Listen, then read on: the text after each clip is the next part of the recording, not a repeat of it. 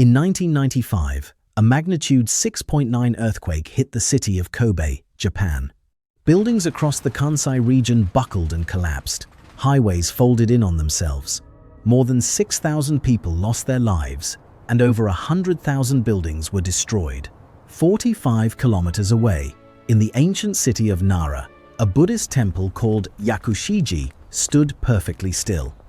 Not a crack, not a shifted beam. The building was made entirely of wood, with joints held together by nothing but the wood itself, and it had been standing there for well over 1,000 years. What nobody knew at the time was that this temple, and thousands of structures like it across Japan, had been specifically designed to survive exactly this kind of disaster, using techniques that predate modern engineering by more than a millennium. This is the story of the Japanese home. And it starts not with architecture, but with an idea about empty space. But this story does not start with beams and joints. It starts with something you cannot touch, a word that has no direct translation in English, and a philosophy that shaped every room, every wall, and every silence inside a Japanese house for the last 1,000 years. The word is ma.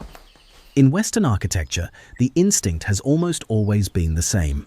Fill the space. A room needs a couch, a coffee table, bookshelves, a television, maybe a plant in the corner. Every surface gets something. The logic is simple. Empty space feels unfinished. Bare walls feel neglected. Japanese architecture took the opposite position, and it did so deliberately. Ma is the idea that empty space is not absence, it is presence. The pause between two musical notes is not silence. It is part of the music. The gap between two objects in a room is not wasted square footage. It is what gives both objects their meaning. A single flower arrangement in the corner of an otherwise bare room does not look lonely in a Japanese home. It looks intentional. Every centimeter of emptiness around it is doing a job, drawing attention to the thing that matters. Walk into a traditional Japanese room and count the objects. You might find a low table, a cushion, and a scroll hanging on the far wall. That is it. The floor is bare. The walls are bare. The ceiling is plain wood. And yet, the room does not feel empty. It feels full. Full of light. Full of air. Full of space to breathe and think. A Western living room might contain 40 or 50 objects at any given time. A traditional Japanese room might contain 3. The difference is not poverty. It is philosophy. This was not some modern design trend that showed up in the last few decades. This thinking stretches back to at least the 15th century, when Zen Buddhist monks began influencing how Japanese homes and tea rooms were built. The tea ceremony, which emerged during this period, became one of the purest expressions of these ideas. The tea room itself was deliberately tiny, often just 4.5 tatami mats, barely enough space for a few people to sit. Everything inside it was stripped to essentials. 1 kettle, 1 cup, 1 flower. The tea master Sen no Rikyu, who formalized the ceremony in the 16th century, insisted that the room should contain nothing that did not directly serve the moment of preparing and drinking tea. Everything else was a distraction. The monks believed that spiritual clarity came from reducing visual noise. Fewer objects meant fewer distractions. A clean floor meant a clean mind, and a room that felt calm was not a room that had been decorated to look calm. It was a room where everything unnecessary had been removed. What comes next is the part that still doesn't make sense to most people outside Japan. The monks did not just influence how homes were decorated, they shaped how homes were built. The walls, the floors, the doors, the entryways, even the way light entered a room, all of it traces back to this same set of ideas. Take the concept of wabi-sabi, for example. In the West, beauty usually means symmetry, polish, and perfection. A brand new hardwood floor is more beautiful than a scratched one. A freshly painted wall is more attractive than one showing its age. Japanese aesthetics arrived at a completely different conclusion. Wabi-sabi finds beauty in imperfection. A ceramic tea bowl with a visible crack is not damaged. It is honest. A wooden beam that has darkened and worn over 50 years has not declined. It has gained character. The scratch on the floor tells a story. The faded silk on the wall tells a longer one. That is not a typo, by the way. This philosophy was not just tolerated, it was celebrated. Tea masters in the 16th century actively chose rough, unglazed pottery over fine porcelain. They picked wild, asymmetrical flower arrangements over structured ones. They built tea rooms with exposed, imperfect wood specifically because the imperfection made the space feel more alive, more real. And this same logic ran through every decision in a traditional Japanese home. Materials were chosen not for how they looked on day one, but for how they would age over 10, 20, 50 years. The goal was not to fight time. The goal was to make time part of the design. Now, here is where the philosophy meets the craft. Because while the ideas behind Japanese homes are fascinating on their own, the way those ideas were physically built into the architecture is where things get truly remarkable. About 2/3 of Japan is covered in forest. That is a staggering amount of timber for a country made up of islands. And because of that abundance, wood became the primary building material for virtually everything in Japanese architecture, from peasant homes to imperial palaces to the temples that still stand in Kyoto and Nara today. The carpenters who built these structures were not just workers, they were specialists. In traditional Japanese culture, there were 4 distinct carpentry professions. The most revered of them were the miyadaiku, the shrine and temple carpenters. These were the masters. A miyadaiku apprentice spent roughly 10 years learning the basics of the craft, and then another 10 years beyond that before being considered a true master. 20 years of training, total, before a carpenter was trusted to lead a major project. And the most important technique they mastered was Kigumi, a system of wood joinery that uses no nails, no screws, and no metal fasteners of any kind. Kigumi works by carving precise interlocking shapes into 2 pieces of timber so that they slot together like puzzle pieces. The joints are so tight that once assembled, the connection is often stronger than the wood itself. Over the centuries, Japanese carpenters developed hundreds of different joint designs, each one suited to a specific structural purpose. Some joints were designed to bear vertical weight, others handled lateral stress. Some were meant to be invisible once assembled. Others were displayed openly as a point of pride, because the joint itself was a work of art. The reasoning behind avoiding metal was not philosophical stubbornness, it was practical engineering. Japan's climate features brutal humidity in summer and heavy rainfall during typhoon season. Metal fasteners rust. When a nail rusts inside a wooden beam, the rust expands, cracks the wood, and accelerates rot. A building held together by metal in Japan's climate is a building on a timer. A building held together by wood alone can absorb moisture when humidity is high and release it when conditions dry out, acting almost like a living organism that breathes with the seasons. The carpenters did not work from factory-made lumber either. A miyadaiku read each piece of timber individually, studying the grain, the growth rings, and the natural curves the tree developed while it was alive. They would decide which part of a building each piece of wood was best suited for based on the tree's individual character. A beam that grew on the north side of a mountain, for example, would be placed on the north side of the building. The logic was that wood remembers its orientation, and placing it in a matching position would let it age naturally instead of fighting against its own grain. And somehow, it gets worse. Or better, depending on how you look at it. The joints in traditional Japanese buildings were not designed to be permanent. They were designed to be taken apart. Every piece of a traditional Japanese home could be disassembled without damage, moved to a new location, and rebuilt from scratch. Families actually did this when they relocated. They packed up their entire house, beams and all, and reassembled it somewhere else. Try doing that with drywall and concrete. The most famous example of Kigumi engineering sits in Nara. Horyuji Temple was originally built in 607 CE under the patronage of Prince Shotoku, and it is widely recognized as the oldest wooden building on Earth. More than 1,400 years old and still standing. Not a single nail holds it together. Recent structural analysis has shown something even more impressive about Horyuji. The joints in the temple's pagoda contain deliberate gaps of 2 to 5 millimeters. These gaps are not mistakes. They are engineered flexibility. When an earthquake hits, the building does not resist the force. It moves with it. The whole structure flexes, absorbs the shock, and settles back into place. This is why the Yakushiji temple in Nara survived the Kobe earthquake in 1995 without damage, while modern concrete buildings nearby crumbled. This decision seemed small at the time, a few millimeters of space carved into a joint. But that tiny gap is the reason some of these buildings have survived more than 1,000 years of earthquakes, typhoons, and everything else Japan's climate has thrown at them. The company that built many of these temples was called Kongo Gumi. Founded in 578 CE in Osaka, Kongo Gumi is the oldest known company in the world. It operated as an independent family business for over 1,400 years before becoming a subsidiary of a larger construction group in 2006. The company was originally established when Prince Shotoku invited 3 skilled builders from the Korean kingdom of Baekje to construct Shitenoji, one of Japan's first Buddhist temples. Japan had no Miyadaiku of its own at the time.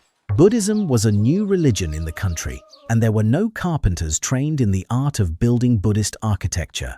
So the prince brought in specialists, and one of them, Shigetsu Kongo, founded the company that would carry his family name for the next 14 centuries. If you're wondering how that's even legal, so is everyone else. 1,400 years of continuous operation, that is not a business, that is a dynasty. Kongo Gumi survived the political chaos of the Heian period, the rise of the samurai class, civil wars, natural disasters, the Meiji Restoration, 2 world wars, and the collapse of Japan's economic bubble in the 1990s. Through all of it, they kept building and repairing temples using the same fundamental techniques their founder brought to Osaka in the 6th century. The Kongo family even had a written set of 16 principles called the Shokuke Kokoroe no Koto, covering everything from work quality and customer relationships to personal discipline and how to treat others with respect. These guidelines were passed from generation to generation for over a millennium. So the philosophy gave Japanese homes their soul. The carpentry gave them their bones. Now comes the part that most people actually picture when they think of a Japanese house. The elements you can see and touch. The tatami, the sliding screens, the entryway, the alcove where a single piece of art sits alone in a pool of quiet. Start with the floor, because in a traditional Japanese home, the floor is everything. Tatami mats are the defining feature of a washitsu, a traditional Japanese-style room. They are made from 3 components. The surface, called the emote, is woven from igusa rush grass, a plant known for its natural fragrance, its elasticity, and its ability to absorb and release moisture depending on the humidity. The core, called the doko, is traditionally made from layers of compressed rice straw, and the edges, called the heri, are strips of cloth that bind the surface to the core and give the mat its finished appearance. In formal settings, the heri were made from elaborate damask woven with gold and silver silk threads. In ordinary homes, the cloth was simple black, blue, or brown. The oldest surviving tatami mat in the world is preserved at the Shosoin Treasure House at Todaiji Temple in Nara. It once sat on the bed platform of Emperor Shomu, who died in 756 CE, making the mat more than 1,260 years old. And its structure would be immediately recognizable to a modern tatami craftsman. Rice straw core, woven rush surface, cloth edges. The basic design has barely changed in over a millennium. For most of Japanese history, tatami were a luxury. During the Heian and Kamakura periods, they were seats and bedding for the aristocracy, not general flooring. It was not until the Muromachi period, roughly the 1400s, that wealthy nobles began covering entire rooms with them. By the end of the 1600s, tatami had spread to commoners as well, and by the Meiji period in the late 1800s, 6 to 8 mat rooms had become standard in ordinary Japanese homes. There is an old Japanese saying about tatami craftsmanship that goes, 3 years trampling the ground, 5 years making it. Meaning it took 8 years of hands-on training before an apprentice could produce mats on their own. There's a reason this story is still talked about today. The tatami did something no other flooring material in the world did. It became the unit of measurement for the room itself. In Japan, room sizes are still described by how many tatami mats fit inside them. The standard rectangular mat measures roughly 90 centimeters by 180 centimeters, and rooms are referred to by the number of mats they hold. A 4.5 mat room, a 6 mat room, an 8 mat room. Anything above 8 mats is considered large. The word for this unit is jo, and it has shaped architectural planning in Japan for centuries. Builders did not design a room and then cut tatami to fit. They designed the room around the tatami. The mat came first. The walls came second. Even the layout of tatami mats within a room followed strict rules. During the Edo period, arrangements were codified to avoid the crossing of 4 mat corners at a single point, which was considered inauspicious. Auspicious layouts, like the classic 5-piece set, can still be seen today in tea houses, temples, and ryokan inns across Japan. The mats were not randomly placed. They were part of the architecture. The term tatami itself comes from the Japanese verb tatamu, which means to fold or to pile. Early versions of the mat were thin enough to be folded and stacked when not in use, which makes sense when you realize that the traditional Japanese room was never designed for a single purpose. During the day, the tatami floor was a living room. In the evening, futons were laid out on top of the tatami, and the same room became a bedroom. In the morning, the futons were folded and stored in a closet called an oshiya, and the room became a living space again. This is not minimalism as a lifestyle trend. This is architecture designed around the idea that every room should be able to do more than one thing, and that storage should be invisible. If something is not being used, it goes away. Not into a corner, not onto a shelf, away. Now, Japanese builders could have stopped there. They didn't. The Japanese home had one more trick. Look at the walls, or rather, look through them. Traditional Japanese homes did not use fixed walls to divide interior spaces. They used shoji, sliding panels made from a wooden lattice frame covered with translucent washi paper. Shoji screens do not block light. They filter it. Sunlight passes through the paper and fills the room with a soft, diffused glow that changes throughout the day. Warm in the morning, bright at noon, golden in the late afternoon. Because shoji panels slide along tracks rather than swinging on hinges, they take up almost no functional space. Open them, and 2 rooms become one. Close them, and you have privacy without the permanence of a fixed wall. The entire interior of a traditional Japanese home was fluid. Rooms could expand and contract depending on the occasion. A small home could feel large for a gathering simply by sliding every screen open. A large room could feel intimate by closing the panels and creating a quiet enclosure. And then there were the Fusuma, heavier sliding panels covered in opaque paper or fabric, often painted with landscapes, seasonal scenes, or abstract designs. Fusuma served the same structural role as shoji, but provided full visual separation rather than filtered light. Together, shoji and Fusuma gave Japanese homes something Western architecture rarely achieved until the modern era: flexible floor plans. Rooms that could change shape, purpose, and atmosphere without a single piece of construction. The entrance to a Japanese home is not a door, it is a ritual. The Genkan is a recessed entryway located just inside the front door, typically a step lower than the rest of the home's floor level. Its primary purpose is simple. You take off your shoes before you step up into the house. The origins of the Genkan trace back to Zen Buddhist temples, where the word itself carries the meaning of mysterious barrier or hidden connection. The kanji characters that make up the word combine mystery and barrier, and the original idea was that crossing the threshold of a temple was a symbolic act. You were leaving the outside world behind and entering a space of contemplation. Over time, samurai adopted the Genkan for their own homes, and eventually the design became standard across all of Japanese residential architecture. Today, every Japanese home, apartment, and ryokan inn has one. The step up from the Genkan to the main floor is not just practical, it is a line between 2 worlds. The outside stays outside. The inside remains clean, calm, and undisturbed. Visitors in traditional Japan were often received in the Genkan itself, without being invited further into the home. Business transactions, deliveries, and brief conversations all happened right there in the entryway. Being invited past the Genkan and into the interior of the home was a genuine gesture of trust and hospitality, not something extended casually. Even today, Japanese homes keep practical items in the Genkan.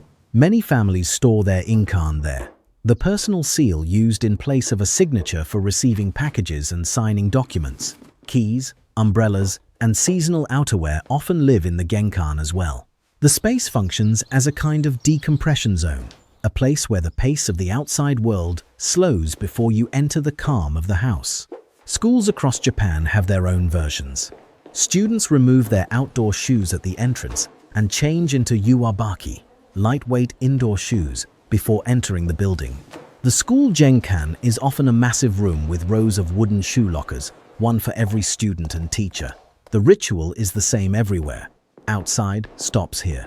If you're finding this useful, consider subscribing. We cover history and culture stories like this every week. So here is where things get fascinating. All of these elements, the tatami, the shoji, the genkan, the empty space, none of them exist in isolation. They were designed as a system. Each piece makes the others work. Take the Tokonoma, for example. This is a recessed alcove built into one wall of the main room, and it serves as the spiritual and aesthetic centerpiece of the home. In a Western living room, you might have a gallery wall covered in framed photographs and artwork. The Tokonoma is the opposite. It holds one thing: a hanging scroll with a calligraphy piece, or a single flower arrangement, or a ceramic vase. Just one. And it changes with the seasons. In spring, the scroll might depict cherry blossoms.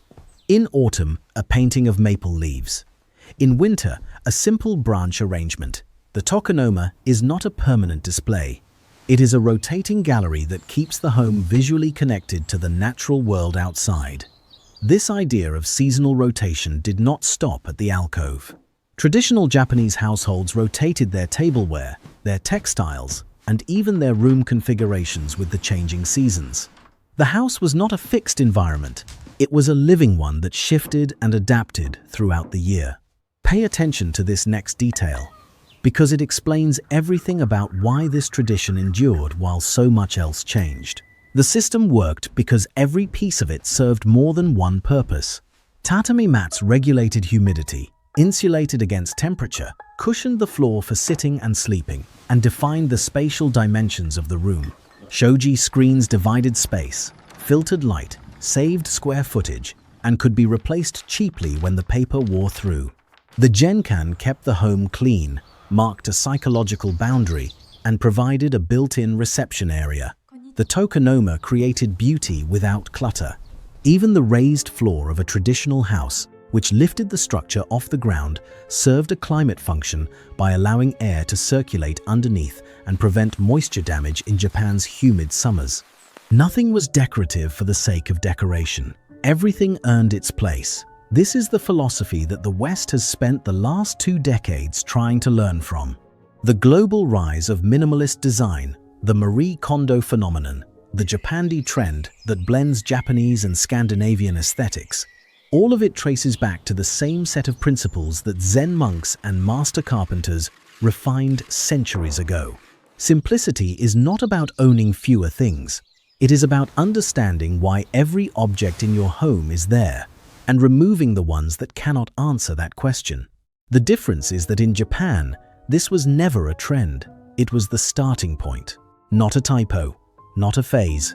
The foundational assumption of Japanese residential design for the last 500 years has been that a home should contain only what is needed, that materials should age honestly, that space should breathe, and that the building itself should be able to move, adapt, and endure. Horyuji Temple has been standing since 607 CE. The oldest tatami mat in the world is more than 1,200 years old. Kongo Gumi built and repaired temples for 1,400 years using the same core techniques. These are not relics. They are proof that the principles work. that a home designed around intention, craft, and respect for materials can outlast almost anything. Today, modern Japanese architects like Tadao Ando and Kengo Kuma continue to draw on these traditions, even when building with concrete and glass. The idea of Ma still shapes how they think about space. Wabi-Sabi still informs how they choose and finish their materials. And the Miya Daiku tradition still produces carpenters who spend 20 years mastering joints that their ancestors perfected over a millennium ago. What survived was not just a building style, it was a way of thinking about what a home is supposed to do. Not impress, not display, not fill.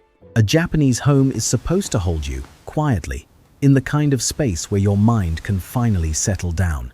And that, more than any specific technique or material, is the part that the rest of the world is still trying to figure out. If you enjoyed this one, there is another video right here that goes even deeper into the traditions that shaped how people live.